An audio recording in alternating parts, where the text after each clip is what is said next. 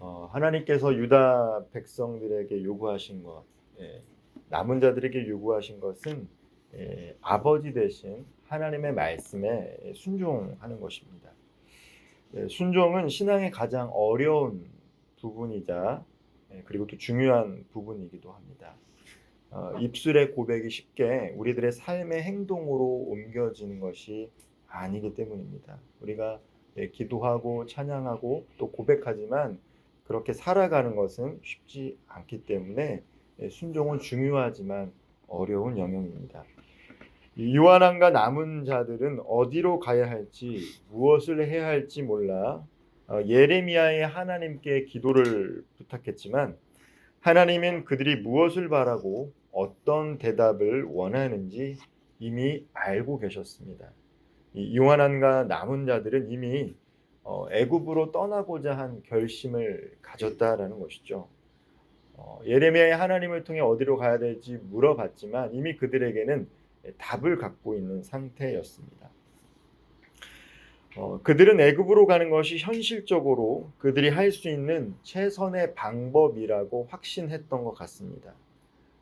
이 상황에서 이 갈대아 군인들이 살해당해서 바벨론 왕이 우리를 보복할지도 모르는 상황 속에 유대 땅에 남아있기는 현실적으로 쉽지 않았습니다. 그렇기 때문에 그들이 내렸던 대안 중에 하나가 바로 강대국이었던 이 바벨론과 전쟁을 하더라도 맞먹을 수 있는 애굽으로 피하는 것이 가장 현명한 선택이라고 판단했기 때문에 애굽으로 가고자 했던 것이죠. 그러나 하나님께서는 애굽은 그들이 기대했던 평화와 풍요를 제공할 나라가 아니라 이 전쟁과 기근과 전염병으로 망할 나라라고 이야기합니다. 실제로 나중에 이 바벨론과 이 애굽은 갈그미스 전투를 통해서 그 뒤에 애굽은 쇠락의 길로 가게 됩니다. 결국 바벨론이 패권을 잡게 되죠. 역사적으로도 바벨론이 패권을 잡게 됩니다. 이 예루살렘의 저항을 이미 겪었는데 만약에 이들이 애굽으로 떠나게 되면 똑같은 재앙을 겪게 되는 것이죠. 하나님은 그것을 막으신 것입니다. 우리도 인생을 살아가면서 이 어려운 현실을 직면할 때 하나님 품으로 돌아가서 그 문제를 해결해야 되는데 또 다른 애굽을 향해 걸어갈 때가 있다라는 것이죠. 하나님께 나와서 기도하면서 이 문제를 풀어달라고 고백하고 기다려야 되는데 다급하다 보면 어떻게 됩니까? 또 다른 애굽을 찾아서 거기서 문제를 해결하고 하고자 합니다. 우리의 안정을 찾고자 합니다. 이 중독 중에서 무서운 중독이 바로 이 도박 중독이라고 합니다. 여러 중독이 있죠.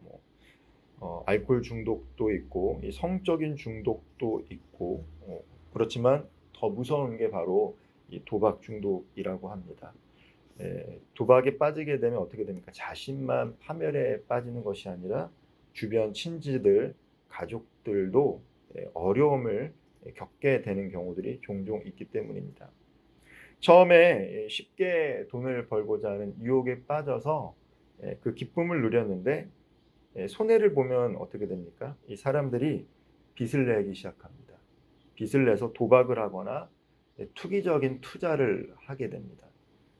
금융기관에서 빚을 내서 그게 안 되면 어떻게 됩니까? 그 다음에 가족과 친척들에게 연락을 합니다. 그러다 나중에 어떻게 됩니까? 오랫동안 연락하지 않았던 친구들에게 연락해서 돈을 빌려달라고 하는 경우를 종종 보게 되고 듣게 됩니다.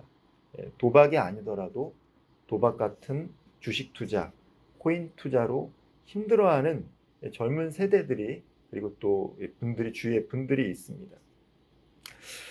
그분들이 이 교회를 안 다니는 게 아닙니다.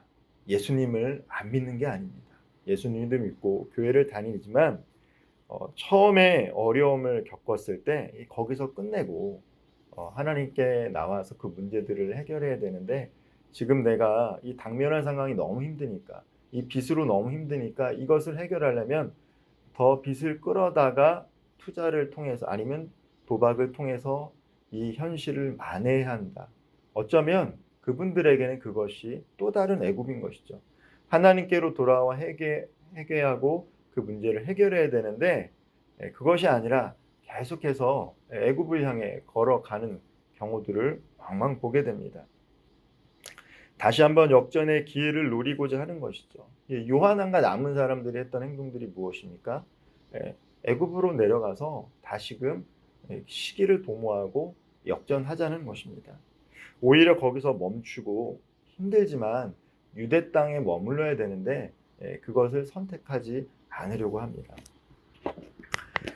지금 당면한 현실의 문제를 하나님 품으로 돌아가서 해결해야 되는데 하나님을 외치면서도 계속해서 나의 안정과 평안을 제공해 줄 수 있는 나의 애굽을 요한안과 그의 사람들은 찾고 있었다는 것입니다.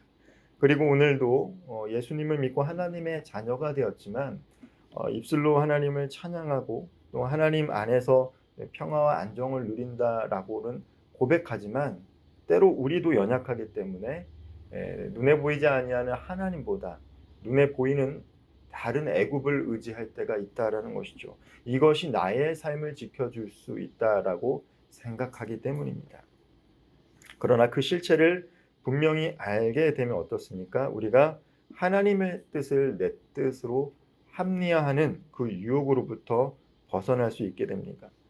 요한왕과 남은 유다 사람들은 같이 기도를 했지만 예레미야와 함께 기도하기로 했지만 실상은 하나님과의 뜻과는 정반대의 것을 선택하며 살아갔던 사람들입니다. 하나님은 만약 그들이 애굽으로 도피하면 불행을 자초하는 것이라고 선언하셨습니다. 오늘 본문 15절과 16절 말씀을 제가 한번 읽어보도록 하겠습니다. 너희 유다의 남은 자여 이제 여호와의 말씀을 들으라. 만군의 여호와 이스라엘의 하나님께서 이와 같이 말씀하시되 너희가 만일 애굽에 들어가서 거기에 살기로 고집하면 너희가 두려워하는 칼이 애굽 땅으로 따라가서 너희에게 미칠 것이요 너희가 두려워하는 기근이 애굽으로 급히 따라가서 너희에게 임하리니 너희가 거기에서 죽을 것이라.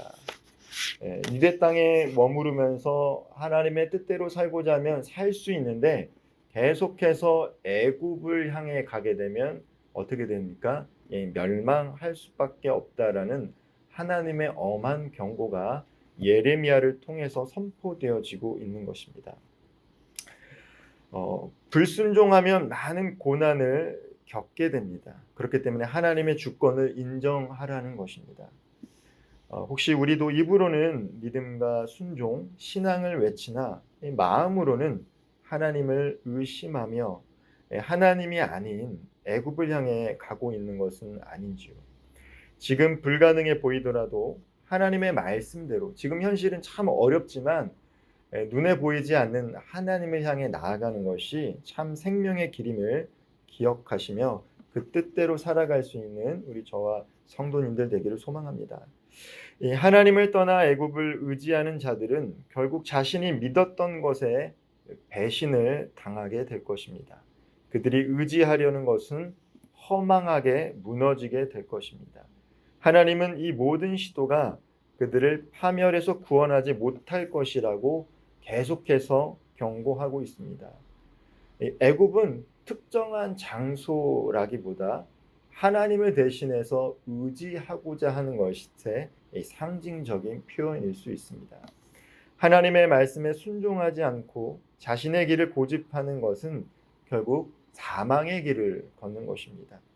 두렵고 어려울수록 더욱더 하나님을 의지해야 합니다. 예수님께서도 수고하고 무거운 짐진 자들아 다 내게로 오라 내가 너희를 쉬게 하리라 라고 말씀하셨습니다.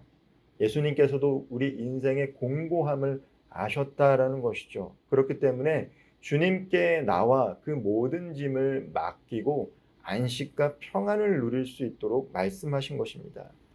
주님은 세상의 무거운 짐을 지고 어려워하는 우리를 부르고 계십니다. 말씀 앞에 순종할 때 하나님은 우리의 삶을 가장 선한 길로 인도해 주시는 분이십니다. 오늘 17절 말씀 같이 한번 읽어보도록 하겠습니다. 무릇 애굽으로 들어가서 거기에 머물러 살기로 고집하는 모든 사람은 이와 같이 되리니 곧 칼과 기근과 전염병에 죽을 것인즉 내가 그들에게 내리는 재난을 벗어나 남을 자 없으리라. 예, 애굽은 어떤 곳입니까? 하나님과 상관없이 사는 자들의 세상을 대변합니다. 창세기에 보면 아브라함과 그의 조카 롯이 길을 떠날 때에 이제 목초지가 한정되다 보니 그들의 목자끼리 다투게 됩니다. 그래서 아브라함이 연장자임에도 불구하고 롯에게 너가 이쪽으로 가면 나는 저쪽으로 가겠다라고 얘기합니다. 그때 롯이 선택했던 이 수알 땅이 어떤 곳입니까? 이 소돔과 고모라 지역이 어떤 곳입니까? 성경에는 애굽처럼 보였다라는 것이죠. 풍요로워 보인 것입니다. 하나님 없이도 살만한 곳이 바로 애굽이라는 것이죠. 특정한 지역이 아니라 하나님 없이도 우리가 안정과 평안을 누릴 수 있다라고 생각하는 대상이 바로 애굽입니다. 애굽은 풍요로워 보이고 그럴듯해 보이지만 멸망에 이르는 곳이다라는 것입니다. 네, 말씀을 마무리하겠습니다. 세상에는 여러 가지 길이 있습니다. 그러나 그 길 가운데 바른 길을 선택하는 것은 쉽지 않고 선택하고 그 길을 걸어가는 것은 더 쉽지 않습니다. 그렇기 때문에 우리의 능력으로 바른 길을 선택할 수도 그 길을 걸어갈 수도 없습니다. 그렇기 때문에 늘 성령 하나님을 의지하며 그 좁은 길, 주님께서 말씀하신 그 좁은 길을 걸어가야 됩니다. 예수님께서도 구원에 이르는 길은 넓은 길, 누구나 걷고 싶은 길이라고 말씀하셨습니다. 그러나 생명의 길은 좁은 길입니다. 주님께서 말씀하신 길, 걸으셨던 그 길이 바로 생명에 이르는 길입니다. 오늘도 말씀이라는 나침판을 의지해서 주님께서 말씀하신 길, 주님께서 보여주신 그 길을 걸으며 애굽이 아닌 하나님 품 안에서 평안을 누리는 하루 되시기를 주님의 이름으로 축원드립니다. 기도하겠습니다. 사랑의 하나님, 예수 그리스도 보혈의 능력으로 하나님의 자녀가 되었지만 하나님의 인도하심을 받기보다는 요한왕과 남은 유다 사람들처럼 때로는 우리의 인생의 갈림길에서 하나님이 아닌 애굽을 택하고자 하는 어리석은 마음이 우리들에게 있습니다.